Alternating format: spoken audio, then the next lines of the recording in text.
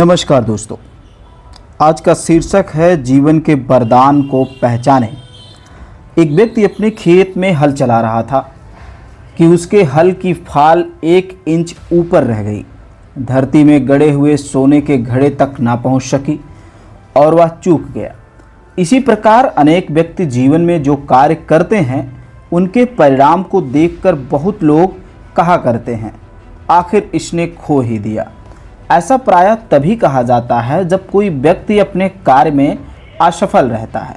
जीवन का उत्साह अपनी चरम सीमा पर उस समय होता है जब मनुष्य निस्वार्थ भावना से अपने जीवन की सर्वोत्तम वस्तु प्राप्त करने के लिए कार्य करता है। अवसर के विषय में आपके क्या विचार हैं? क्या अवसर जीवन का सबसे प्रमुख वरदान नहीं है? क्या जीवन क्या है और अवसर ही जीवन नहीं है जो हमारे भीतर ईश्वर प्रदत्त शक्तियों को उजागर करता है, जिससे व्यक्ति की सत्ता, समता और एक सरसता सुंदर आकार पाकर धन्य हो सकती है।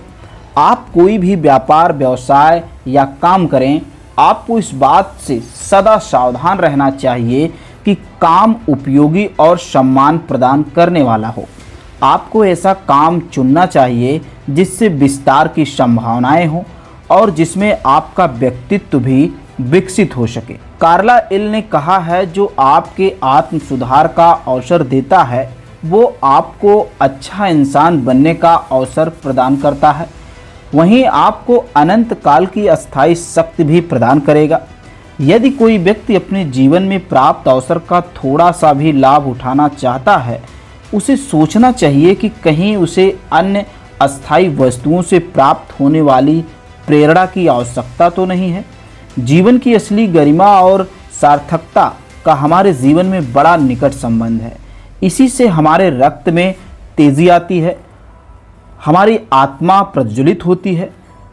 आपकी आध्यात्मिक शक्तियों के लिए भी इस गरिमा का होना बहुत आवश्यक है। संसार में बड़ा कहलाने का अर्थ केवल धनी माना जाना ही नहीं होता।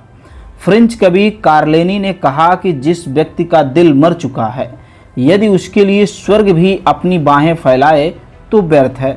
विश्वास से अभाव युक्त व्यक्ति सबसे आशीर्वादों से वंचित रह जाता है।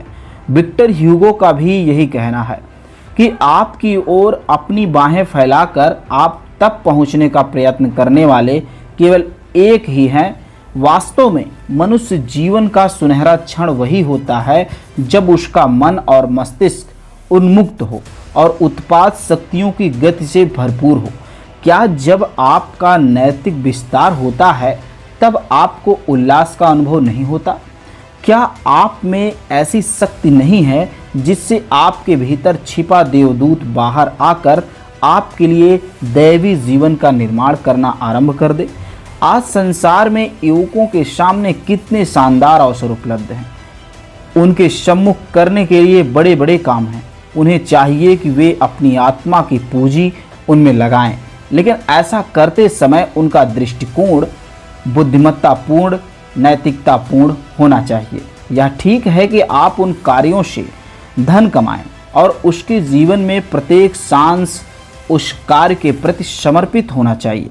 वस्तुतः आज के युग में उस व्यक्ति को अंधा, लूला, लंगड़ा ही कहा जाएगा जो अवसर से लाभ नहीं उठा सकता। आपको चाहिए कि आप प्रत्येक अवसर को देखें और उसके अनुसार कार्य करने का प्रयत्न करें। आप स्वयं इस बात को प्रेरणा प्रदान कर रहा है कि आपका द्वार खटखटा रहा है, आपकी खिड़कियों से झांक रहा है, रास्ते में चलते हुए आपको सहारा दे रहा है और प्रत्येक प्रातः काल के समय समाचार पत्रों द्वारा आपको उपयोगी जीवन के लिए सुझाव दे रहा है।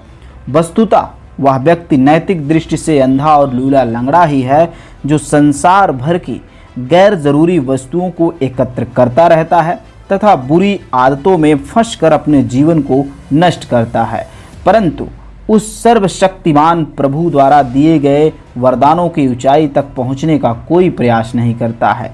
ये वरदान किसी एक व्यक्ति के लिए नहीं, ये तो संपूर्ण मानवजात के लिए, और इनका उपयोग इसी अवसर पर किया जाना चाहिए।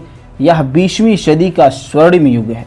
अतः नवयुवकों, जागो अपनी शक्ति के आधार पर निर्णय करो तथा जीवन के उत्तरदायित्व को पूरी तरह से निभाने की प्रतिज्ञा करो। यदि आपने अवसर के इस क्षण को पकड़ लिया और इसका भरपूर उपयोग करके कुछ करके दिखाया तो संसार आपको हमेशा नमस्कार करेगा, संसार आपको हमेशा याद करेगा। तो आज के शीर्षक, आज की कहानी यहीं तक थी। नमस्कार, मिलते हैं अगली कहानी में।